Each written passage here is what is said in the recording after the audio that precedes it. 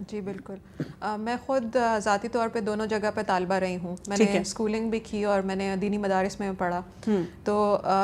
دونوں طرح کے نظام تعلیم میں نے دیکھے ہیں, اور میں نے یہ چیز محسوس کی ہے کہ اسلامک انسٹیٹیوشنز اس لحاظ سے تھوڑے مختلف ہوتے ہیں کہ وہاں پر جو ہیڈ ہوتا ہے وہ اس بات کا شعور رکھتا ہے کہ کیسے وہ اپنے بچوں کے لیے اسلامک ماحول دے, اور وہ ان کو فیسیلیٹیٹ کرتا ہے ایک باقاعدہ ریلیجس لائف سٹائل دینے کے لیے. اور چونکہ میں بورڈنگ میں رہی ہوں دینی مدارس کے اور دینی انسٹیٹیوشنز کے, تو مجھے اندازہ ہے کہ وہاں پر رولز اسٹرکٹلی فالو کیے جاتے ہیں. جو چیزیں حرام ہیں ان کا تو کوئی تصور نہیں ہے, الا یہ کہ کوئی ہیڈ اگر خود مورل کرپشن کا شکار ہے تو ہو سکتا ہے کہ اس کے ادارے میں چور دروازہ کوئی کھل جائے, ورنہ عموماً یہ ہوتا ہے کہ ڈرگ ایڈکشن وہاں پر نہیں ہوتی, لیکن وہاں بیہیویئرل ایڈکشنز ہونے کے چانسز ہوتے ہیں. اچھا, وہ کس وجہ سے؟ جیسے اس لیے کہ ڈرگ ایڈکشنز تو ہر کوئی اس کو ریٹیلیٹ کرے گا, کیونکہ وہ ایک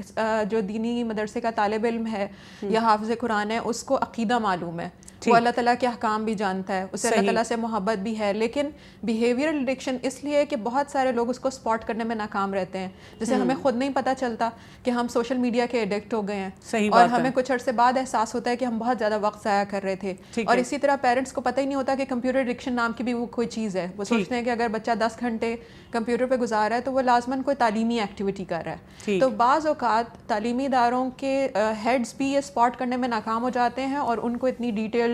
انفارمیشن اس کے بارے میں نہیں ہوتی, یا پھر پیرنٹس اس کو ایک نارمل بیہیویئر سمجھ کے ٹالریٹ کرتے ہیں. اس کے علاوہ ڈرگ ایڈکشنز میں وہ چیزیں آ سکتی ہیں جو ہمارے معاشرے میں نارمل سمجھی جاتی ہیں. ایک برائی جب بہت زیادہ ہو جاتی ہے تو اس ڈرگ کو کبھی ڈرگ نہیں سمجھا جاتا ہے. جیسے نسوار لینا کچھ ایریاز میں یہ ایک کلچرل چیز ہے, اور لوگ اس کو فالو کرتے ہیں. بھی ہے, وہ بھی آپ کو دیکھتے ہیں کہ وہ تو سب پیتے ہیں, وہ تو کوئی نشہ نہیں ہے. پھر اسی طریقے سے میوزک سننا, میوزک ہم نے اپنی زندگی کا ایک لازمہ بنا دیا ہے. بالکل صحیح بات ہے, روح کی غذا. ہم اسے سمجھتے ہی نہیں کہ وہ روح کی غذا نہیں ہے, وہ روح کی سزا ہے, اور وہ ایک بہت تکلیف دہ چیز ہے جو آخرت سے لے کر دنیا تک لوگوں کو. تو ایک بچہ مسلسل ایک سانگ سن رہا ہے تو ٹیچر صرف یہ سمجھتی ہے کہ شی از انٹرٹیننگ ہر سیلف, وہ یہ نہیں سمجھتی کہ مسلسل ایک ہی سانگ کو بار بار سننا یہ کوئی ایڈکشن ہو سکتی ہے. صحیح بات ہے. اسی طرح سے ایڈکشنز میں ٹرینڈز کو فالو کرنا, اور ایسے ٹرینڈز کو فالو کرنا جو اخلاقی لحاظ سے بہت زیادہ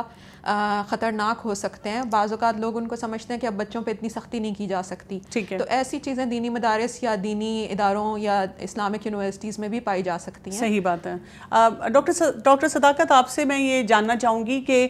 وہ کون سا ایسا صحیح وقت ہوتا ہے جب کہ ہمیں اپنے بچوں کو ڈرگ ایڈکشن کے بارے میں اویئرنیس دے دینی چاہیے؟ بچوں سے ڈرگز پریونشن پہ بات کرنے کی عمر جتنی بھی ارلیئر آپ اس مسئلے کو ٹیکل کر لیں تو وہ بہت اچھا ہے, لیکن 11 سال کی عمر کے بعد معاملہ مشکل ہو جاتا ہے اور پھر بچے ہاتھ نہیں آتے. دوسری بات یہ ہے کہ جن سکلز کی ضرورت ہوتی ہے ڈرگ سے بچنے کے لیے وہ بچہ 11 سال کی عمر سے پہلے بھی سیکھ سکتا ہے, اور جتنا اس میں ڈیلے کریں گے اسے وہ سکل سیکھنے میں مشکل ہوگی. اور میری مراد ایکچولی لائف سکل سے ہے جو بچے کو سیکھنے کی ضرورت ہوتی ہے. اور والدین اکثر یہ غلطی کرتے ہیں کہ جو کام بچوں کے کرنے کے ہوتے ہیں وہ والدین اپنے ذمہ لے لیتے ہیں, اور بچوں کے ذمہ صرف ایک ہی کام رہتا ہے کہ وہ اسکول کی پڑھائی کریں. اصل میں پڑھائی کوئی اتنا بڑا کام نہیں ہے, بچوں کو عام زندگی کی ذمہ داریاں بھی ضرور سکھانی چاہیے. بچوں کو بہت ارلی ایج میں ڈرگس کے بارے میں بات چیت کرنی چاہیے, کیونکہ جس طرح ہم اپنے معاشرتی رسم و رواج کے بارے میں بچوں سے باتیں کرتے ہیں, مذہب کے بارے میں باتیں کرتے ہیں, تو یہ ایک بنیادی بات بھی بچوں کے ذہن میں بہت ارلی ایج میں ڈال دینی چاہیے. جیسے 3 یا 4 سال کی عمر میں کہ انہیں سگریٹ یا ڈرگز یا شراب کی چوائس کبھی بھی نہیں لینی, اور انہیں بہت اچھی طرح سے پتہ ہونا چاہیے کہ یہ تباہی اور بربادی کا باعث ہے. اور اس طرح بچوں کو جب ارلی ایج میں یہ باتیں بتائی جائیں گی تو یہ اتنے ان کے نظریات جو ہیں وہ اسٹرانگ ہو جائیں گے کہ بعد میں ان کا کوئی بھی دوست یا کوئی بھی شخص انہیں نشے کی طرف مائل کرنا چاہے گا تو وہ نہیں ہوگا, یا انہیں کوئی موڈز کے پرابلم ہوں گے تو وہ ان کو حل کرنے کے لیے صحیح رستے اختیار کریں گے, اور ڈرگز جیسا کوئک فکس اور تباہی کا رستہ وہ نہیں اختیار کریں گے. جی, مہجبین آپ یہ بتائیں کہ جب والدین اپنے بچوں کو کسی ادارے میں داخل کراتے ہیں, بھیجتے ہیں, تو کیا وہ اپنے بچے کے بارے میں کسی طریقے سے, یعنی کہ بچے کے اپنے ٹریٹس دیکھتے ہوئے الرٹ رہ سکتے ہیں کہ ہاں یہ والا میرا بچہ جو ہے نا یہ اس قسم کے پریشرز لے گا یا یہ اس کی چیزیں نظر آ رہی ہیں جو کہ اس کو ایڈکشنز کی طرف مجھے جاتا نظر آ رہا ہے؟ بالکل. ہم ماں باپ کو اپنے بچوں کا سب کا اندازہ ہوتا ہے کہ کوئی بچہ جو جلدی دوسروں کی باتوں میں آ جاتا ہے, بہت زیادہ بہت سوشلائزنگ کرتا ہے, باہر بہت جاتا ہے, تو ماں باپ جو ہے نا اس پہ ایک نظر رکھ سکتے ہیں. اور جو بچے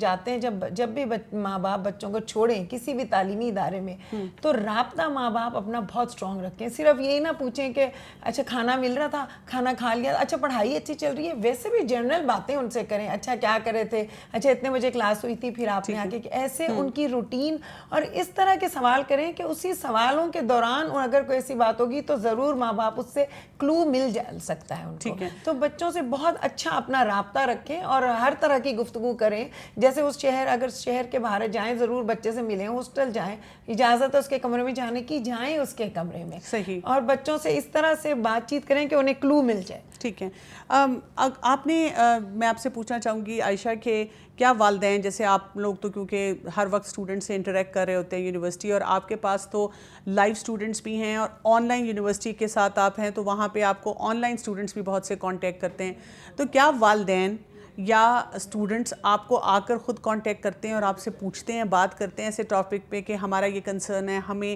اپنے اندر یہ ڈیفیکلٹی نظر آ رہی ہے اور ہم اس کے ساتھ اسٹرگل کر رہے ہیں؟ جی بالکل, یہ بہت اچھی بات ہے کہ ہمارے اسٹوڈنٹس آتے ہیں اور بات کرتے ہیں, اور یہ میرے خیال میں بڑی حوصلہ افزا چیز ہے کہ یہ ایک ٹیچر کے لیے بھی اس بات کی ثبوت ہے کہ ان کے بچے ان کے ساتھ ایفیلیٹڈ فیل کرتے ہیں, اور اسٹوڈنٹس یہ سمجھتے ہیں کہ ان کا ٹیچر جو ہے وہ اتنا ریلائبل ہے کہ وہ اس سے اپنے پرابلمس شیئر کر سکتے ہیں. اسٹوڈنٹس بعض اوقات اپنے بیہیویئرل ایڈکشنس کے بارے میں تو بات نہیں کر پاتے کیونکہ انہیں خود بھی اس وقت احساس نہیں ہوتا کہ وہ ایسا کر رہے ہیں, لیکن جب ہم انڈیویجول اٹینشن دیتے ہیں لوگوں کو اور ہماری ان سے بات ہوتی ہے تو کوئی چیز ایسی نظر آ جائے تو ہم انہیں بتاتے ہیں. لیکن ڈرگ ایڈکشن یا اس جو ایکیوٹ قسم کی بیہیویئرل ایڈکشنز ہیں جن کو وہ خود اسپاٹ کر لیں کہ میں یہ بہت زیادہ کر رہا ہوں, تو وہ یہ ہوتا ہے کہ اسلامک اسٹڈیز میں بعض اوقات ہم بات ہی انہیں چیزوں پہ کر رہے ہوتے ہیں. جب ہم مومنوں کی صفات پہ بات کرتے ہیں, حرام چیزوں سے بچنے کی, تو پھر کوئی نہ کوئی آ کر ہمیں کرتا ہے کہ میری زندگی میں یہ چیز ہے تو یہ اس کا مطلب ہے کہ غلط ہے. صحیح بات. اور اس کا فائدہ یہ ہوتا ہے کہ جیسے ہمارے انسٹیٹیوشنز جو ڈفرینٹ ہیں جن میں کام کر رہی ہوں, انٹرنیشنل اسلامک یونیورسٹی کا جو سائیکالوجی ڈپارٹمنٹ ہے انہوں نے ایک فری کلینک بنا دیا, وہ نئی بلڈنگ میں بھی شفٹ ہو گیا, سیپریٹ بلڈنگ ہے اس کی, وہاں جا کر اسٹوڈنٹس بڑے آرام سے فیمیل سائیکالوجسٹ سے رابطہ کر کے پورے اعتماد سے اپنا مسئلہ بتا سکتی ہیں اور ان کو فری کنسلٹیشن دیتے ہیں. صحیح بات ہے. پھر اسی طریقے سے IOU جو ہے اسلامک آن لائن یونیورسٹی, اس کی کاؤنسلنگ سروس ہے جس میں آپ آن لائن جا کر